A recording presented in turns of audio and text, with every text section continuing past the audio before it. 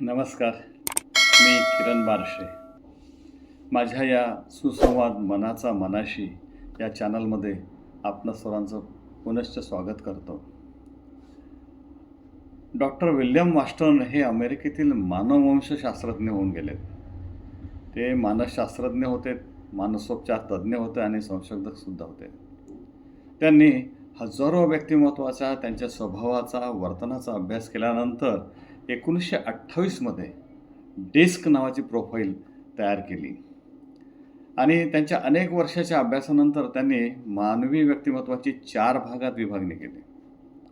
या डिस्कमधला डी मध्ये पहिला डी जो आहे तो डॉमिनंटसाठी आहे. डॉमिनंट म्हणजेच प्रबळ.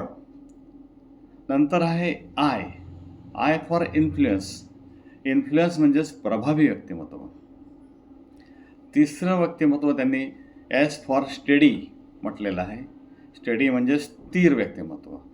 आणि शेवटचं व्यक्तिमत्व सी फॉर कंप्लेंट म्हणजे चौकस किंवा सुसंगत असं व्यक्तिमत्व. पुढे या व्यक्तिमत्वाच्या दोन्ही बाजूंचा विचार करून संतुलित व्यक्तिमत्व विकासासाठी योजनासुद्धा आखल्या होत्या. यानंतर डॉक्टर गॅरी कौसर यांनी या व्यक्तिमत्वाला 4 पक्ष्यांच्या उपमा दिल्या. त्यामध्ये डॉमिनंटसाठी त्यांनी ईगल म्हणजेच गरुड ची उपमा दिली. दुसरा व्यक्तिमत्व जे इन्फ्लुएन्स आहे, प्रभावी, यासाठी त्यांनी पीकॉक म्हणजे मोराची उपमा दिली. तिसरं जे आहे स्टेडी, यासाठी डो या पक्ष्याची उपमा दिली. आणि चौथं जे व्यक्तिमत्व आहे कंप्लेंट व्यक्तिमत्व म्हणजेच चिकित्सक, चौकस, या चौकस व्यक्तिमत्वाकरता त्यांनी घुबड औल या पक्ष्याची उपमा दिली. त्यामुळे व्यक्तिमत्व समजण्यास फार मदत झाली. सोप्या पद्धतीने व्यक्तिमत्व समजण्यात सोपं झालं. व्यक्तिमत्व विकासासाठी हीच पद्धत आज जगात प्रसिद्ध आणि व्यावहारिक पद्धत म्हणून प्रचलित झालेली आहे. आपण प्रबळ, डॉमिनंट आणि प्रभावी, इन्फ्लुएन्स यांना मागील 2 व्हिडिओमध्ये जाणून घेतलेलं आहे. ज्यांनी हे व्हिडिओ पाहिले नसतील त्या व्हिडिओची लिंक मी डिस्क्रिप्शनमध्ये खाली दिली आहे. आपण जरूर हे व्हिडिओ बघावेत.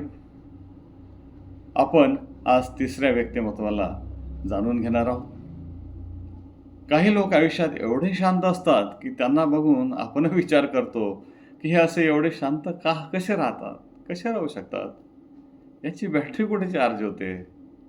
हे आहे स्टेडी पर्सनॅलिटी म्हणजेच स्थिर व्यक्तिमत्वाचे लोक. याला आपण शॉर्टमध्ये एस टाईप लोकसुद्धा म्हणू शकतो.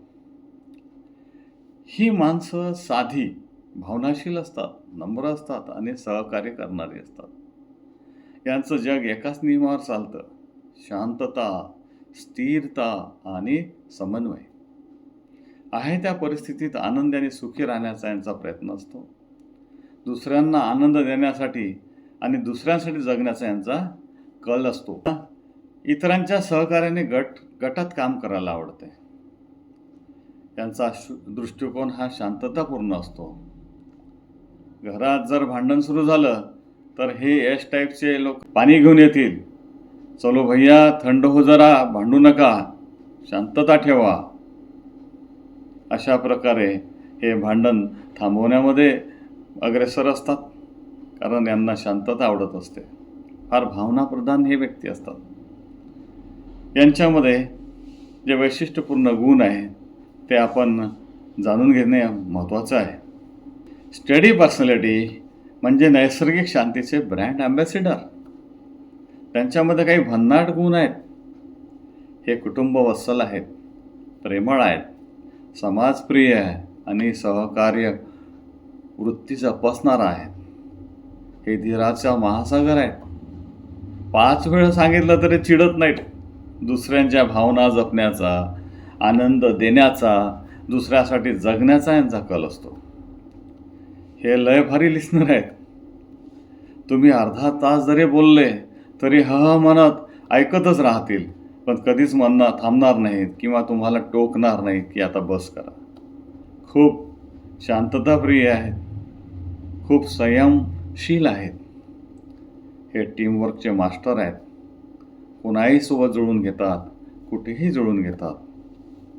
स्टडी पर्सनॅलिटीचे व्यक्ती हे नातेसंबंध जपणारे आहेत. घरामध्ये किंवा ऑफिसमध्ये गोंधळ शांत करणारे आहेत. माणसासोबत राहणारा, माणसावर प्रेम करणारा, माणसांना समजून घेणारा व्यक्ती म्हणजे या स्टडी पर्सनॅलिटीचे लोक आहेत. विश्वासू आहेत. एकदा जर काम यांना दिलं तर 100% हे पूर्ण करतात. हे पीपल ओरिएंटेड आहेत. लोकांसोबत राहतात, लोकांवर प्रेम करतात, कुटुंब वसल आहेत, नातेसंबंध जपतात आणि दुसऱ्याच्या आनंदात स्वतःचा आनंद शोधतात. यांच्यामध्ये सहकारी वृत्ती प्रचंड असते.